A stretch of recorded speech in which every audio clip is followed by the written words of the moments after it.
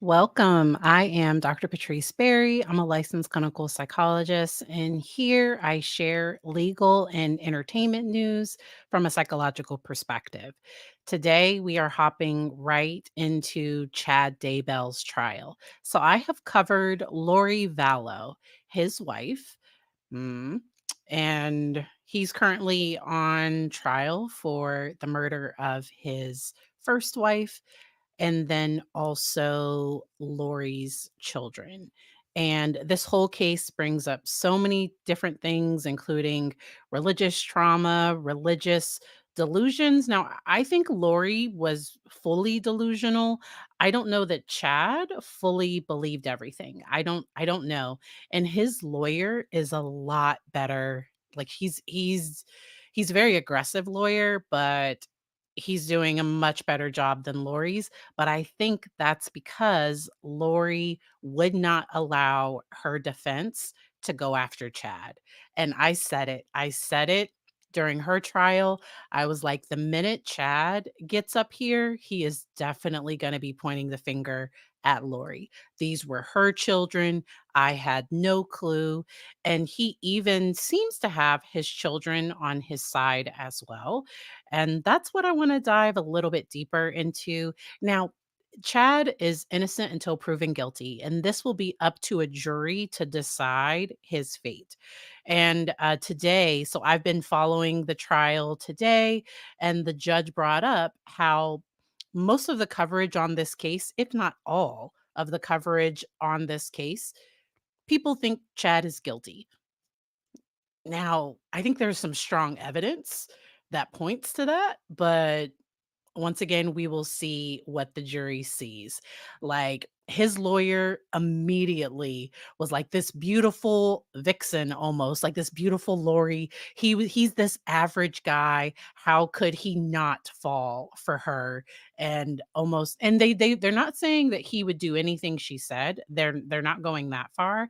I do think his attorney might keep the jury from getting to the death penalty, because if y'all remember, he is facing the death penalty in this case. And I don't know, because we're all pretty sure that Alex Cox was Lori's and Chad's, I guess, but was at least he was like Lori was convicted of this crime. And Alec Cox, her brother, did her bidding. And there are allegations that there was some inappropriate stuff in their relationship. And there's just been so much. The weather has been absolutely gorgeous. So here's a little programming note. So I'm going live on Thursday to talk about connections. I said I was done with Ruby and Jody, and then I saw the video from Hannah Page. I think Hannah, I don't know. Y'all, I'm bad with names, but I'm gonna be scheduling that Wednesday. So tomorrow, I'm gonna schedule that to go live on Thursday around lunchtime, Eastern Standard Time, to talk about that case. And I will not be going live on Saturday. Yes, like, they are literally making Lori to be the femme fatale, like, they are literally doing that. Now, those text messages today, so I was planning to go live about 5:30, but I moved it up a little bit because the text messages from today have been quite juicy. I would like to first start with the statement that Chad's children made, excuse me, to 48 hours. And this is years ago. So this is from at least 2 years ago. They did an interview with 48 hours. And I would like to just share a little clip from that. So let's listen to this. So these are Chad and Tammy's adult children talking about their belief that their father is innocent. For the first time, the five Daybell children, Emma, Garth, Seth, Mark, and Leah, are speaking out together in defense of their father, who has pleaded not guilty to all charges. Did your father, Chad Daybell, play any role in killing JJ and Tylee? No. Then why were their bodies found buried in your father's backyard? I don't know. But I do know that if he were to commit a crime, he wouldn't be foolish enough to put the evidence in his own backyard. Nor would a one So, and I I get I get that's a hard one for me. That's a really hard one for me. We're gonna keep going. time professional gravedigger have dug such shallow, crude graves, says Seth. He knew how to dig graves, and that just doesn't sound believable to me. But investigative reporter and CBS News consultant Morgan Lowe says that argument doesn't hold up if Chad were in a desperate panic. Saying that somebody's prior experience as a gravedigger means that they wouldn't just sloppily bury somebody discounts all of the psychological pressure that might be affecting somebody who's trying to get rid of bodies. This is where Tylee's body was found. It was back here. Emma took us to her father's backyard to show us another reason why she believes her father wouldn't have buried JJ and Tylee here. You can look around for miles and miles. Their property is surrounded by plenty of places to hide a body. There's land down there that no one would ever touch. What do you say to those people who are still very skeptical with all of this? It might seem like a convenient excuse, but if it's the truth, we have to hold to it. Emma believes the children were put in her father's yard on purpose. He was framed. It all goes back to this woman, says Emma, her father's new wife, Lori Vallow Daybell. I think he was fooled in the worst, most deadly way possible. I guess it's possible that Chad was framed. This is either the least lucky person in the world or this is murder. It was an unspeakable. So, ugh. All right. So that's a hard one. And we have seen so many people that have had to come to some hard realizations with their parents. And the testimonies that come to my mind are Letitia Stout's daughter. And then also more recently, there was another case that I covered where the mother unalived the father and lied to the girl for years, and then as an adult she's having to come to grips with what her mother actually did. And those individuals talk about having to come out of some pretty significant denial. And no matter what, so even if their father is innocent, and we don't know, so he's going to trial, we will see what happens. I do think that this is going to be really, really tough. And they're not going to be able to see all the evidence. Oh, actually, they can. Ooh. So if y'all are following this with uncivil law, I'm so glad to watch other lawyers cover this. I'm not a lawyer, I'm a psychologist. I cover the psychology of these things. And uncivil law talked about the fact that victims in cases, they often can hear the other testimony. But so the what's the word? The other detectives or the other witnesses that aren't family members, they can't observe the other testimony. And so, welcome everyone. Sarah, I originally scheduled it for later. And so, yes, I have concerns about some of the text messages. So, let's play a little bit of when he is in the car, because that's the thing that came next. I believe this testimony was yesterday. This trial, to me, I think the prosecution is moving things through things rather quickly, but it's my understanding that they are going to be going through this for that they have an additional like 2 weeks for this case. They're projecting it might be 3 weeks.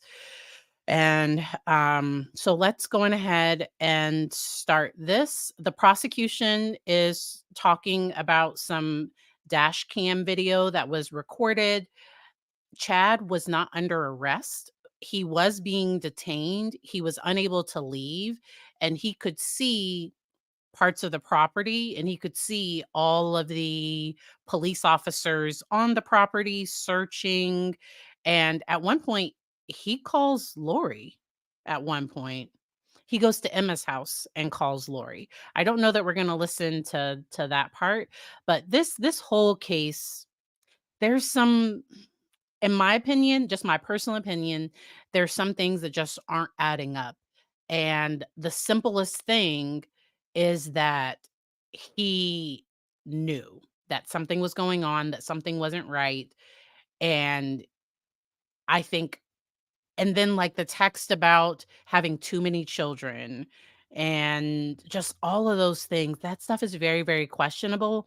And the fact that they got married in Hawaii, but never reported to the Social Security office that they were married. When the officers found Lori and they talk with Chad because they're doing the welfare check, they're trying to figure out where's JJ. They end up, Chad lies and says that he doesn't say like that's my wife. He doesn't say any of those things. And that's concerning to me. He married her 17 days after the death of his wife. That the second investigation, because initially they thought it was natural causes, then they had her body exhumed, and they performed a more thorough autopsy, and they have classified it as homicide. I believe there's going to be a defense expert that's going to try to say, that's going to look at her medical record, and they're going to say that she died of natural causes. The jury is going to have to figure out which expert they believe. So let's take a look at a little bit of this. It's the day of June 9th. All right. So this is the prosecutor talking to the detective that is presenting this video. 2020. Yes. So this is all relative to the search that you've been testifying about already? Yes. Thank you. You understand why that happened? Yeah. So you just stay here with them? Okay.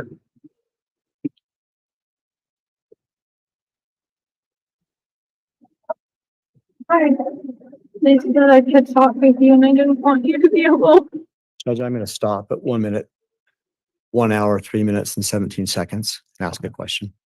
Detective Wheeler, are you aware of who is the person that has just approached Mr. Daybell in the vehicle? His daughter, Emma. Thank you. I love you so much. I love you. Glad you came over. I thought they had taken you downtown already. I got about to the Fremont County line. I saw it as soon as you left me.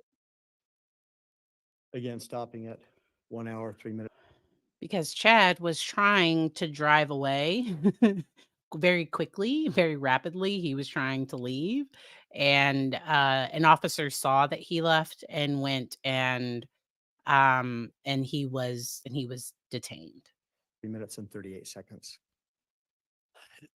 Detective Wheeler, can you just explain to the jury the positioning of your patrol vehicle relative to the Daybell? All right. So the officer is going to explain that, and he uses terms like north and west. I know my north from my south, but like me and directions, I'm not very, my perceptual reasoning when it comes to spatial things is not great. If it's a physical thing I can see, yes. If it's in my mind, not so much.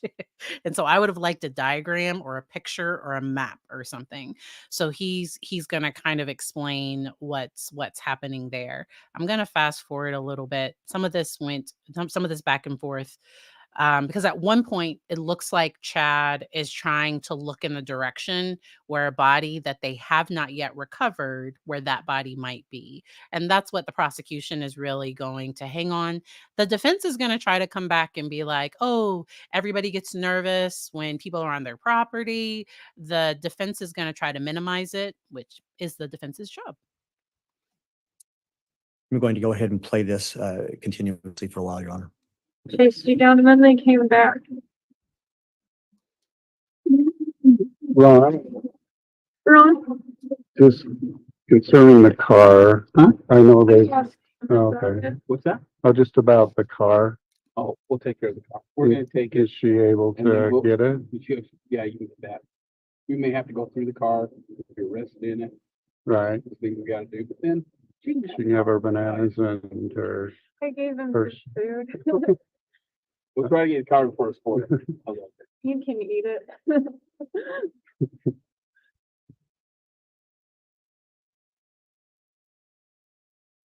so Eric, or Ron, so like my wallet, will that be able for her to pick up, or could I turn that over to her right now? Is that in the car, is that here? It's right here.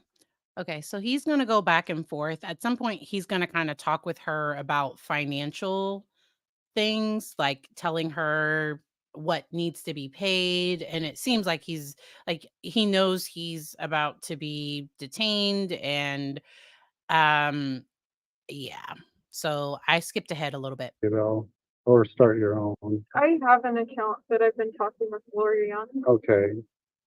But you could use this to card, add money. yeah, and to her if needed. Okay. So, yeah, she'll need to still have commissary money. Usually puts 30 a week in there. So. And you can probably talk to her too. Okay. Mm.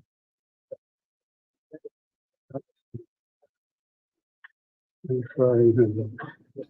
Okay, so like I said, they're going to go back and forth talking about the different finances and all of that. I'm going to get to the point where it looks like he looks backward. That is the part that, okay, here we go. It's right about here. Where they were searching. Was she surprised? She seemed bothered or disturbed. I mean, yeah, but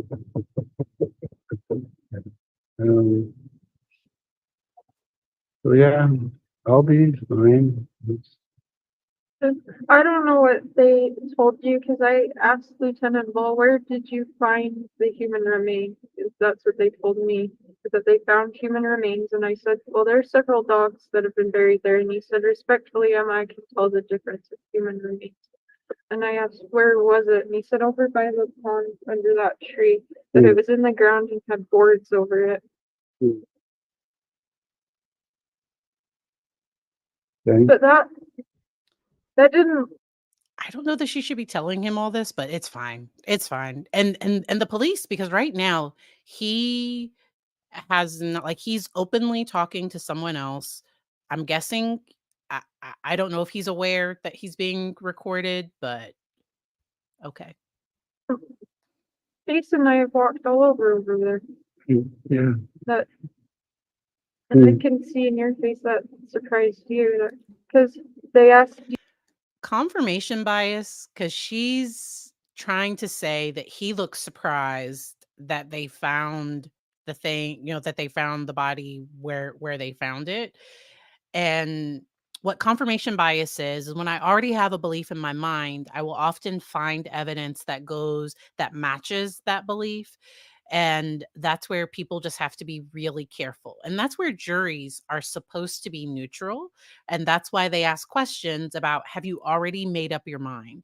And a lot of people in this case had to be dismissed because they already had it in their mind that Chad was guilty, and they were not able to give him a fair shot. There might also be some people that really think he's innocent, and okay. But let's keep going. Do you want to know what he's charged for? And then they went, well, actually, we don't have it. They said, we don't want to tell you something wrong. How they're gonna. And so he told me that what they're looking at is that they found one body with the probable cause. There's likely two. So I asked, are you going to search the property forever until it's found? And he said, well, no, but we're going to look. And he said, because I said, what about, this is the home for my siblings and there's a baby. And he said, if you're not able to get back in tonight, we'll hook them up with a hotel. I said, you're not in trouble. I think they'll let them back. I There's nothing in the house. They haven't. Stopping at 1 hour, 19 minutes and 17 seconds. Detective Wheeler, at that point, to the best that you can recall, was any of the search focused inside of the house? Not that I can recall. So the focus, as based on your memory, was all outside of the house. Correct. Focused on the house at all. We've kind of been looking. Okay, so I would not be this calm. Like if human, but at this point, so Lori is already incarcerated at this point. And I want to say Lori was arrested. It might have been like in February, and this happened, I want to say in like June or something like that. Like it's yes. He was arrested in June. I want to say Lori was arrested in like January or February. And they finally were able to recover those kids. And I'm glad that the families at least have that they were able to have some closure. So people have asked about me covering Sebastian Rogers. And I really, when there are missing children where we do not know where they are or what's happened, I kind of hold back on giving thoughts and opinions on what might be happening because I first want to see what happens with the case. Once if something does happen and if there ever are any legal charges or anything like that, I will definitely cover that case. I also want to get up and I might play, okay? So, AKA the cat lady, Pryor has a very aggressive, okay? And I don't know if you're like this. So I don't like it when people raise their voice and I don't like angry tone. To me, his tone comes across as angry and aggressive.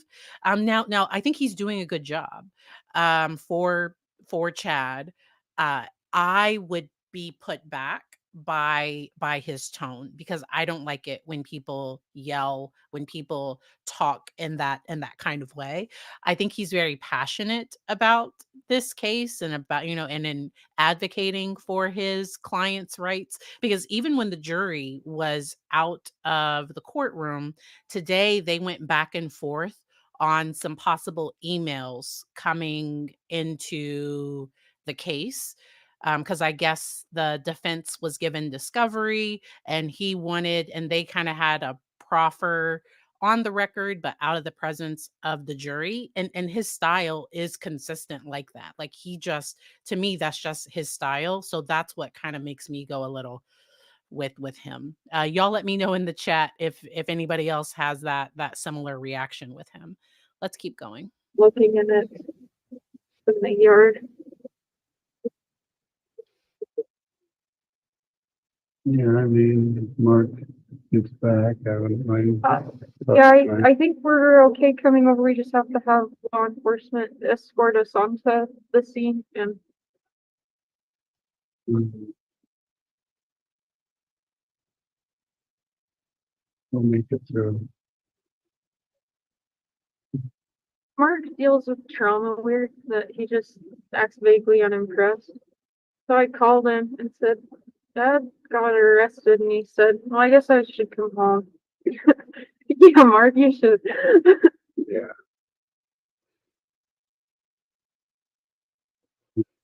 Mm. Yeah, you don't need to go. Don't go yet. I don't want to. Joe is home. He's home and he has Chase. Garth and Seth went in Garth's car to pick up Mark. So if you can get back up. And after we finish this case, we are going to talk about the Hannah Gutierrez Reed case. And we're going to talk a little bit more about family enabling. And if this was my family member in this situation, but I'm an inquisitive, I'm a trust but verify, like, I'm a bit of a suspicious person just by nature anyway. I don't know that I would automatically give someone the benefit of the doubt this quickly, but that's me.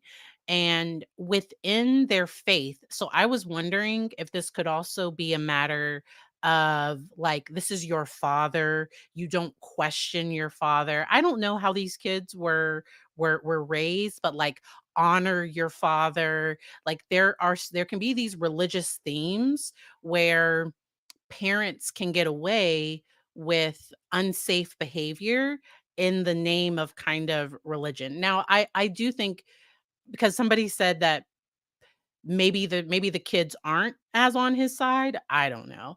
But from everything I've seen, it does seem like they at least consciously believe this. Now subconsciously, I don't know.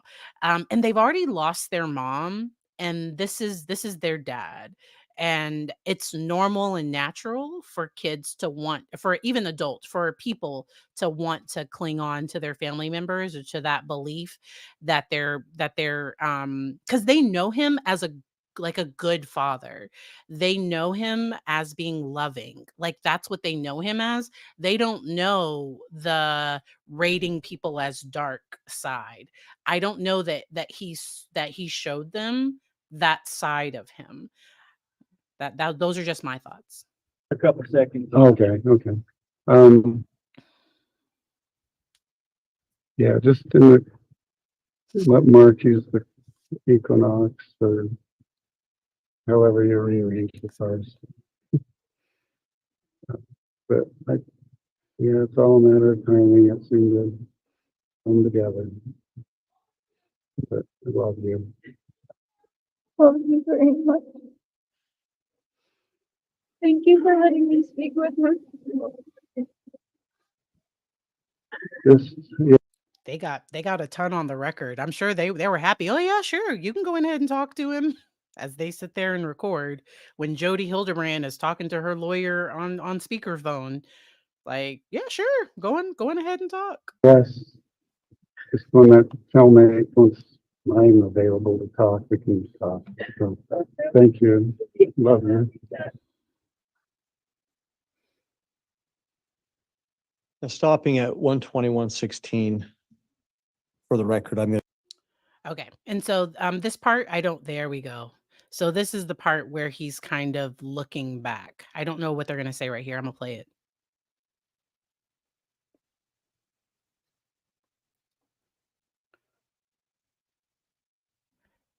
Okay, I'm gonna play. stopping at 121:47. Detective, what direction is Mr. Daybell looking when he just turned his head and looked back? It appears to me he's looking over to the fire pit area. Do you see how flat he is? Like, just how calm? Has anybody seen him react at all? So I've been listening to this. I haven't been able to just sit and watch him. But like Chad, in both, to me, in the video, he seems to have this like zen calm. Yeah, no affect. Exactly.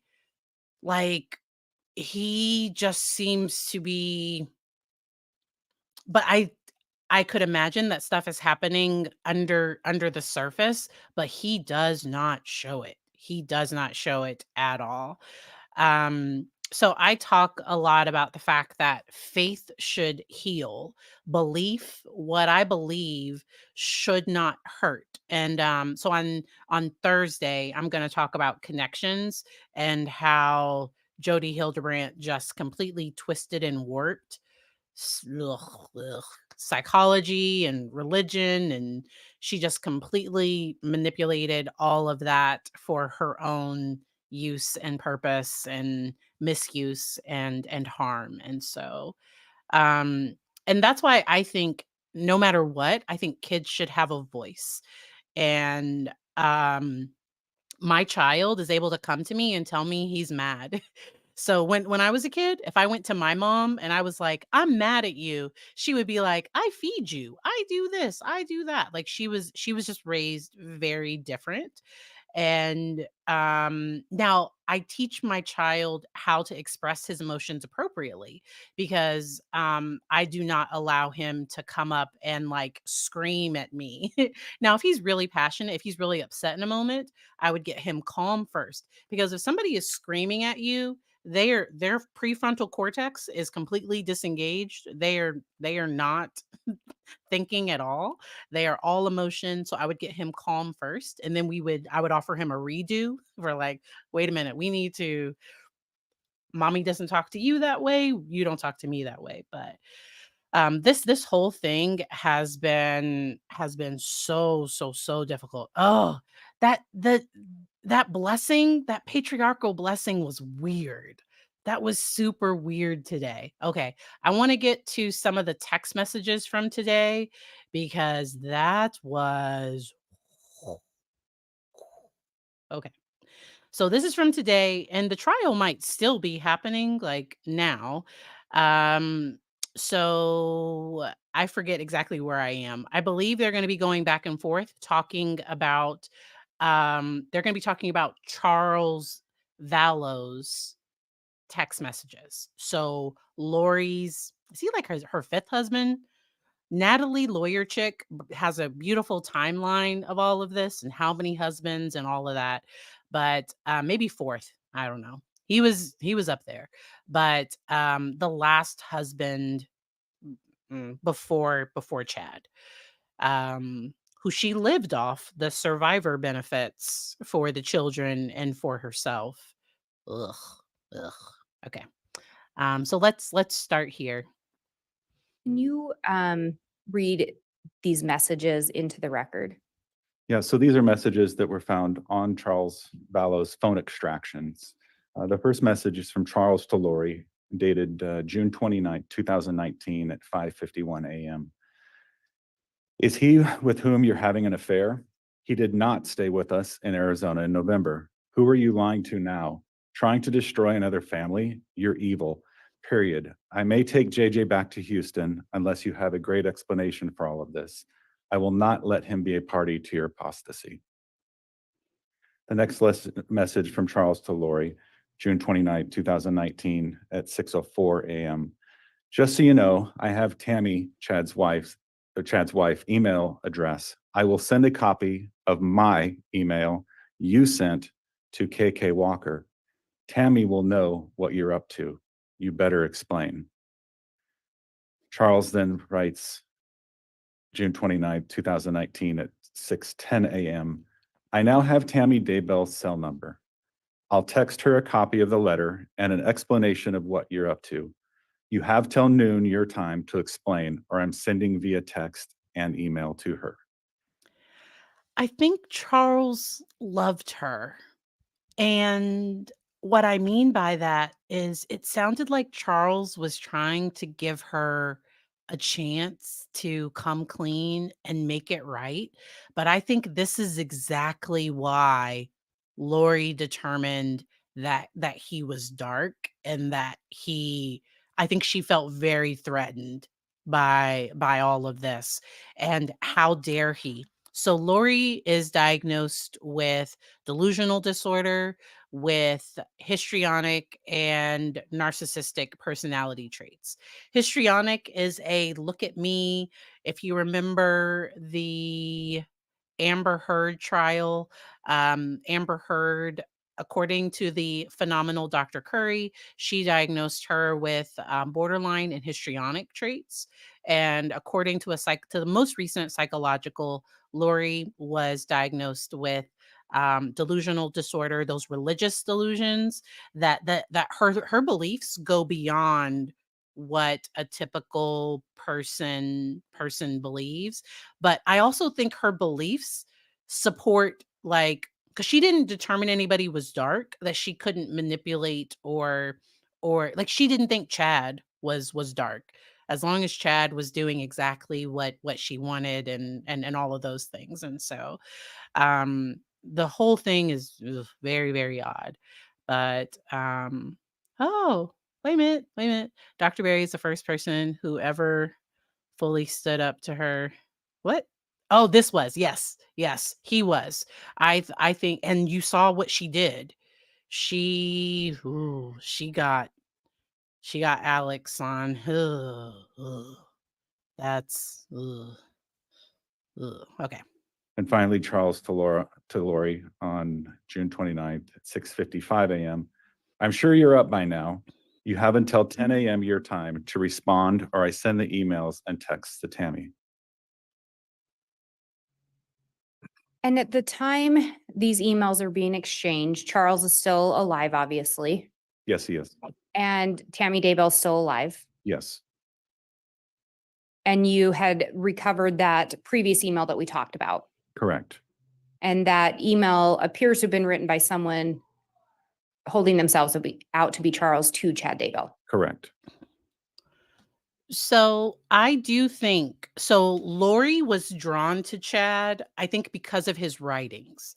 And I think she viewed him as this genius, this prolific. So Uncivil Law is reading his books. His books are not that good, in my opinion. He is not that great of a writer. His books do not make my like lady parts. Like to me, it's like she read something in those books that made her like want him. Because I think she was more passionate about like, because I don't. So and Lori, no, Natalie Lawyer Chick said it to me. Her husband Charles, he was more handsome. I don't know, like he was, but but Charles was not having her religious fanaticism and the weird stuff that she was saying and doing. He was not down for any of that. And I honestly think Chad found a woman that he could manipulate. These are my personal thoughts. These are my personal thoughts. And because Tammy was taking kind of taking care of him financially. So Tammy, her stable job was, and I think Tammy helped run their publishing company. And Tammy was a phenomenal mom. Tammy was a phenomenal wife. And the defense tried to use that to say, like, Chad, like, had this perfect life until he got, you know, hooked up with Lori Daybell. And okay. So, I definitely think Chad knew that he could, that he could manipulate, Lori, and he probably knew that she wasn't all there. He probably knew, like, there, because if you listen to her talk and you listen to her writings, but it was almost like one of his characters came to life. Because if you see some of his writings, it's almost like this is something that he would have written. And they gave one another nicknames. They would rename people. They would give people names. They would name the evil spirits. Like the whole thing was very, very odd to me. Very odd to me. But I don't think Chad is delusional. I think Chad knew the difference between his fiction and his life, his books and his real life.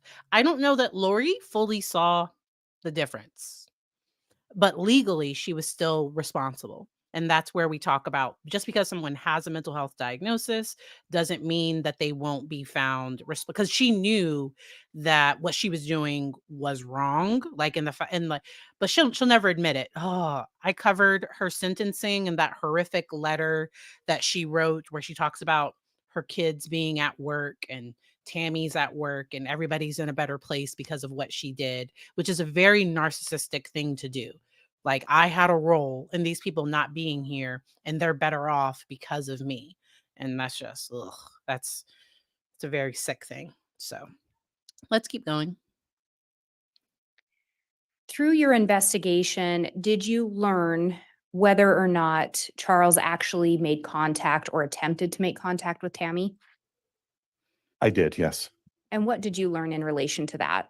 So again, looking at Charles' phone, there is indication that Charles had addressed emails to Tammy Daybell and sent those emails to her. Do you know or did you learn whether or not Tammy ever looked at those or received them? No indication that she looked at them or received them. And looking to the next slide. Once again, Charles to Lori, June 29th, 12:23 p.m. Just so you know, and Chad know, I am going to talk to Tammy in person if I have to. I've already emailed and texted her, your game is up. Charles sends another message to Lori the same day at 5:04 p.m. Please stop spending money on the credit cards. I appreciate it.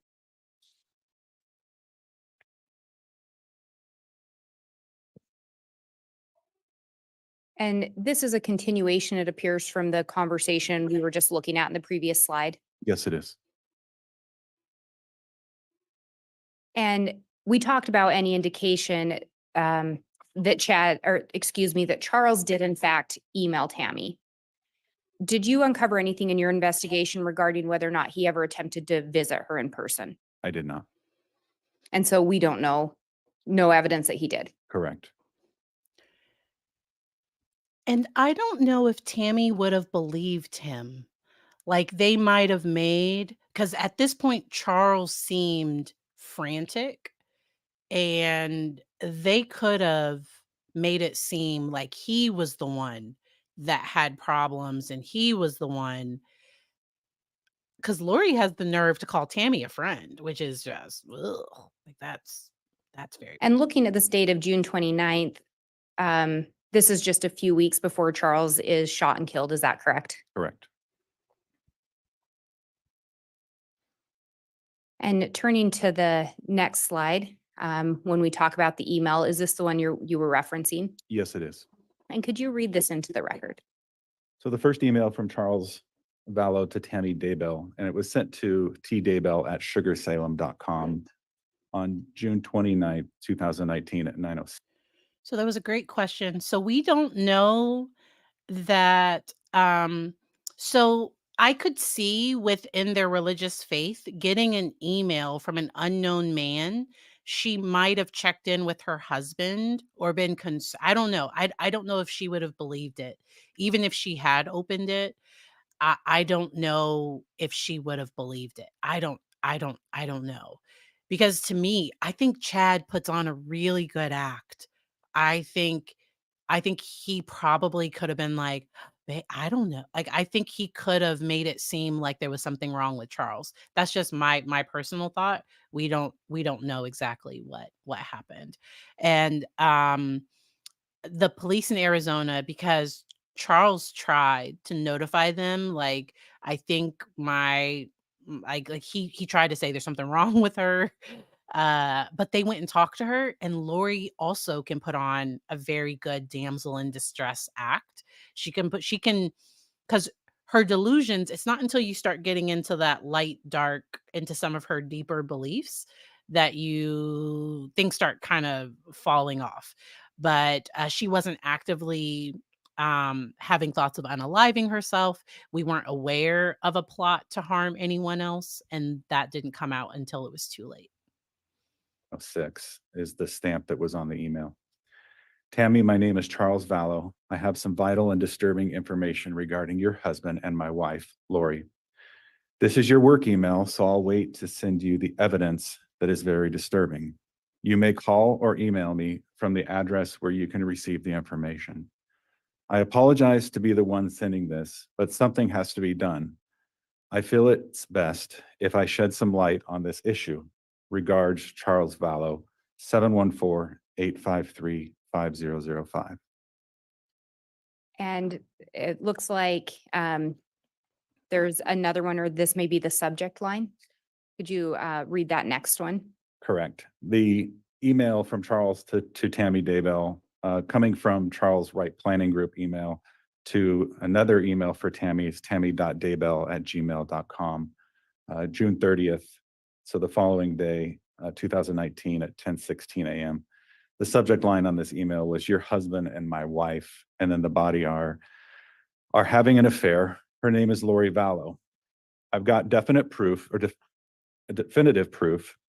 If you care to see it, contact me and I'll share it with you. It's devastating, I know, but the truth needs to be shown. Charles Vallow. And again, to be clear, through your investigation, I talked about pretty privilege on another live. I don't know if it was about Lori or if it was about some, it was about Jody. So I think Jody too. I think they both have this this pretty privilege where people they were saying horrific things, but I think people just didn't see it, didn't want to see it, just I don't know. I don't know. And I think I think Lori stroke like that she um helped Chad's ego. I think Chad probably felt good when he was with her, and he's still trying to say that his wife died of natural causes, which is okay. Investigation, you were never able to determine, or you did not learn whether or not Tammy actually saw these emails. Correct. She did too.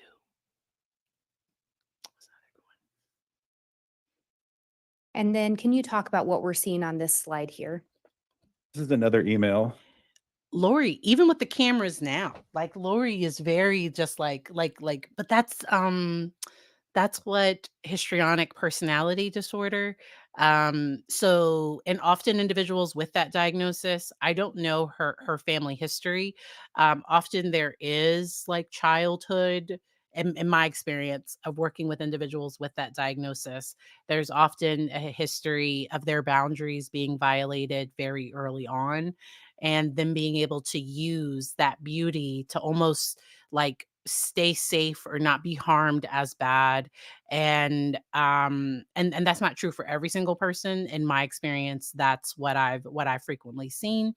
And but then they use that to manipulate and get their needs met in inappropriate ways. So instead of just asking, they're like yeah, they're doing things to get their way, and violating other people's boundaries, not respecting other people, and yeah. It's a lot. From Charles Vallow, a Gmail account to Chad Daybell@gmail.com, sent 6/29/2019 at 9:32 a.m. The email reads, Chad, I'm Lori's husband, but I gathered you already knew this. She sent an email yesterday, supposedly written by me, to KK Walker, inviting you to Arizona next week and to ghostwrite a book I'm supposedly working on. It's preposterous. I happened to run across it as she left her computer at our Houston home. I am not paying anybody for anything, and I am not writing a book. Either you or Lori need to tell me what's going on, or this will be exposed for all to see. Regards, Charles Vallow, 714-853-5005. And Chad is not charged in Charles's unaliving, so they do not have evidence that he was involved in that. I'm gonna skip ahead a little bit to get to some of Chad's text messages. So let's skip ahead a little bit to some of Chad's messages. Sadly, we do know what happened to Charles. It's my understanding Alex tried to claim self-defense, and that's just and they kind of walk through some of that evidence during the trial as well. It to Brandon, or probably Kay. He left nothing for JJ. Chad So I'm gonna go back just a little bit because that's Lori upset that the beneficiary was changed. So let's listen to that one more time. Can you tell us what we're seeing here and then read them into the record? So these are text messages between Lori Vallow and Chad Daybell, and the text messages were on July 18th, 2019. Lori sent Chad a message. I just got the letter from the insurance company saying that I am not the beneficiary. It's a spear through my heart. Who do you think he changed it to? Brandon, or probably Kay? He left nothing for JJ. Chad responded to Lori, wow, that's terrible. There's no way to find out? Lori responded to Chad. So that makes me think he wanted to know what happened to the money. And also right before Tammy wasn't alive, Chad or her policy was increased shortly before her shortly before she died. And so that just makes me think that it's about the money. They were not able to prove that he was involved for um for Charles. Chad, I might be able to see when I get his computer on Sunday. I could check the emails sent to the insurance company. It will show change in beneficiary. He must have done it recently. Chad sent Lori a message. It seemed you would have had to agree to the change. Maybe your name was forged. You should have a good paper trail to prove it. And then going to the next slide, is this a continuation of that conversation? Yes, it is. Would you please read those into the record? Chad sent Lori a message stating, I love you. This is terrible, but it is probably another step in bringing down the Gadiantons, especially Brandon. Lori sent Chad a message to Chad. Nope, he can change it anytime he wants. He's the agent and anyone can change their beneficiary anytime with their own signature. I'm thinking it must be Kay. Chad sent a message to Lori. It will be interesting if it got changed after he had 2 bullets in his chest.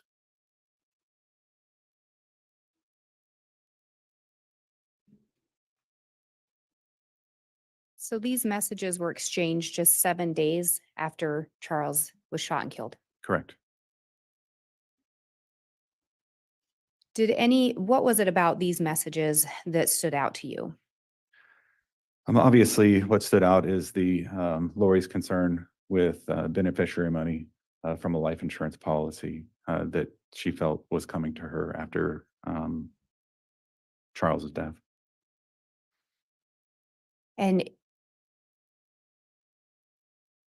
at the time these messages were exchanged, had Arizona publicly released how, or if you recall, had they released how Charles had been killed? I don't recall. But it's just 7 days after. Correct.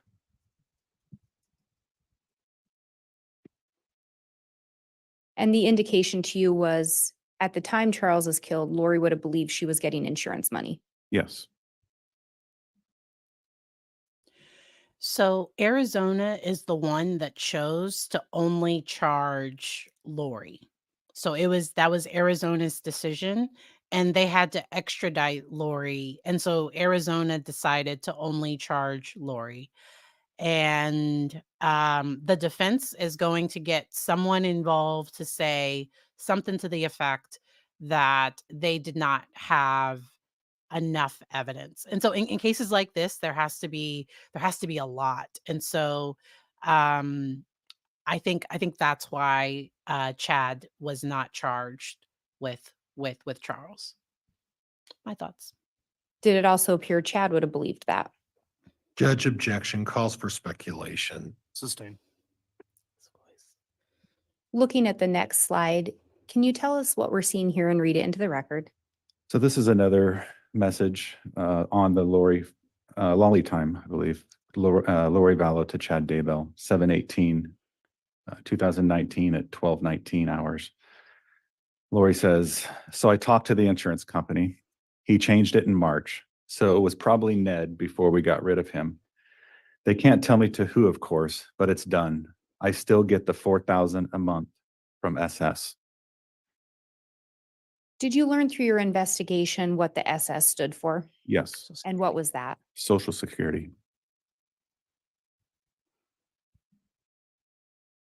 And did you learn through the investigation whether or not Lori was getting Social Security money or if her kids were? Yes, she was. Yes. And they're going to bring up the exact numbers later. The messages, they just keep getting worse and worse. To me, I think there is a lot of evidence in this case. If that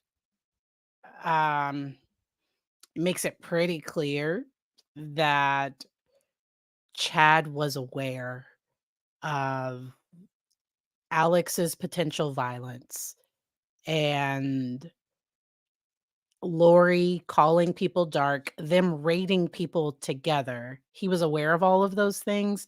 And so those are the things that I have trouble with, but I do think for the jury,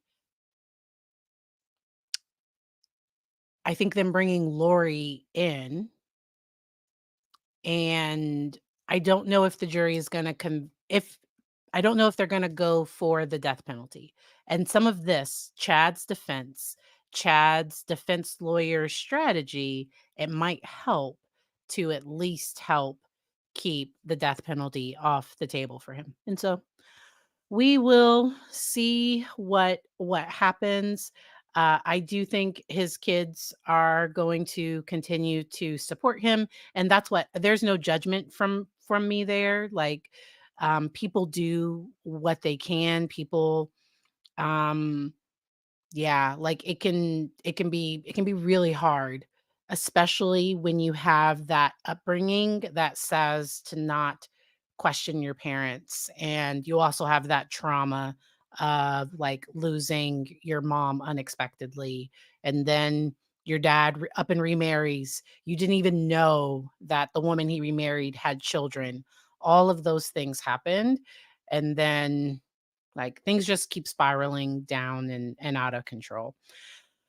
This one is very, very difficult. Buttercup, thank you so much for the super sticker. I did see it. I appreciate it. And we are going to head right into talking about Hannah Gutierrez. I'm going to take just a few minutes to reset. And y'all might be redirected there if you would like to talk about that Russ trial. She was sentenced. I am going to play her statement, her dad's statement, and also talk about her jail calls. We're going to talk about all of those things and also just talk about what parents can do to help avoid their children from like not having empathy or like not having like she just does not seem to take accountability or to care, like, outside of it affecting her sentence, like, the part of it that doesn't affect her. She just seems completely casual and nonchalant about everything, in my opinion. I agree. I really feel for, all the family in this case, for Tammy's family. It does seem like Tammy's family might I don't know that Tammy's family is supporting Chad. I don't know that I don't know. I don't know if they are. Um, I know that JJ's grandparents are extremely upset by all this. JJ's birth mother, just the everybody involved is just super, super impacted by all this. There should be a redirect. Sometimes the tube doesn't do the right things. And like I said, I'm gonna take a few minutes to reset. That next one will start in about 2 minutes. And I will see y'all in the next video. Hope y'all have a good one.